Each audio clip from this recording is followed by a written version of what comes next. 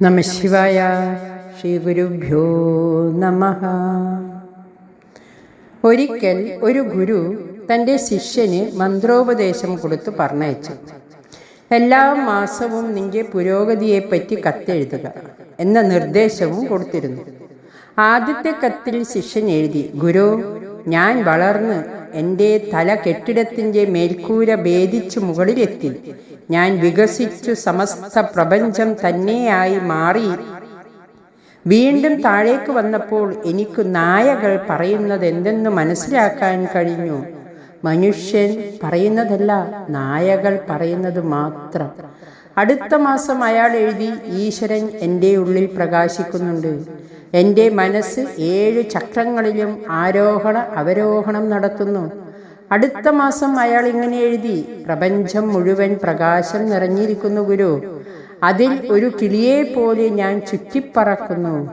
പിന്നീട് അങ്ങയുടെ കൃപയ്ക്ക് ഞാൻ അതീവ കൃതാർത്ഥനാണ് എന്നും മറ്റും എഴുതി.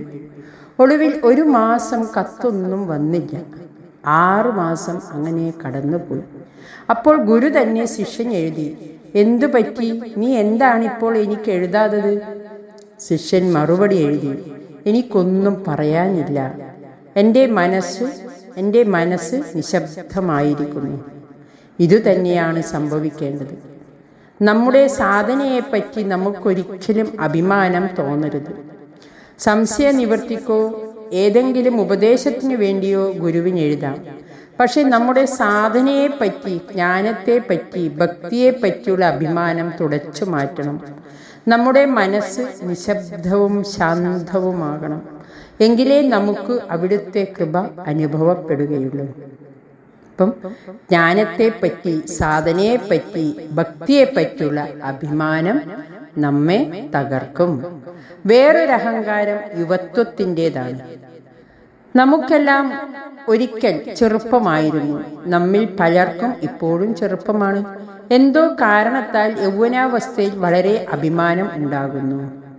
നമ്മുടെ ആത്മീയ ജീവിതം ആരംഭിച്ചപ്പോൾ എനിക്ക് ഒരു 22 വയസ്സ് ഉണ്ടായിരുന്നു. കുറേ യോഗാസനങ്ങളും കുറച്ച് ധ്യാനവും ഒക്കെ പരിശീലിച്ചിരുന്നു. സസ്യാഹാരം മാത്രം കഴിച്ചു, അത്രമാത്രം. ഞാൻ ഒരു മഹാത്മാവാണെന്നായിരുന്നു എൻ്റെ വിചാരം. നിന്നെ കണ്ടാൽ മഹാത്മാവിനെ പോലെ ഇരിക്കുന്നു എന്ന് ആരെങ്കിലും പറഞ്ഞാൽ ഞാൻ വിചാരിക്കും, ശരിയാണ്, എന്നെ കണ്ടാൽ മഹാത്മാവിനെ പോലെ ഇരിക്കുന്നു എന്ന് അവർ പറഞ്ഞു. പിന്നെ ഞാൻ ചില പുസ്തകങ്ങളൊക്കെ വായിച്ചു, ഭഗവത്ഗീത വായിച്ചു. അപ്പോഴേക്കും ഹിന്ദു മതത്തെപ്പറ്റി ആധികാരിക ജ്ഞാനമുള്ളവനായി ഞാൻ എന്നെ തന്നെ കണക്കാക്കി. 18-ാം വയസ്സിൽ തുടങ്ങിയ പഠനം 20, 22, 25 ആവുമ്പോഴേക്കും ഉപനിഷത്തുകളും കൂടി വായിച്ചതോടെ ലോകത്തെ മുഴുവൻ പഠിപ്പിക്കാൻ ഞാൻ തയ്യാറായി. ഞാൻ പറയുന്നത് ശ്രദ്ധിക്കുന്നവരോടെല്ലാം ഞാൻ സംസാരിക്കുകയും തർക്കിക്കുകയും ചെയ്തു. ചെറുപ്പത്തിൽ ഇതാണ് സംഭവിക്കുന്നത്. ഇതൊക്കെ പ്രതിബന്ധങ്ങളാണ്. പിന്നീട് കുറച്ചുകൂടി പ്രായമാകുമ്പോൾ ഒരു യഥാർത്ഥ മഹാത്മാവിൻ്റെ സാന്നിധ്യത്തിൽ ജീവിക്കുമ്പോൾ നമുക്ക് ബോധ്യമാകുന്നു, എനിക്കൊന്നും അറിഞ്ഞുകൂടാ. ഞാൻ വാസ്തവത്തിൽ ഒരു വിഡ്ഢി തന്നെ. എനിക്ക് വളരെ അറിവുണ്ടെന്ന് വിചാരിച്ചിരുന്നു. എന്നാൽ ഇപ്പോൾ മനസ്സിലായി, ഒന്നും തന്നെ അറിഞ്ഞുകൂടെന്ന്.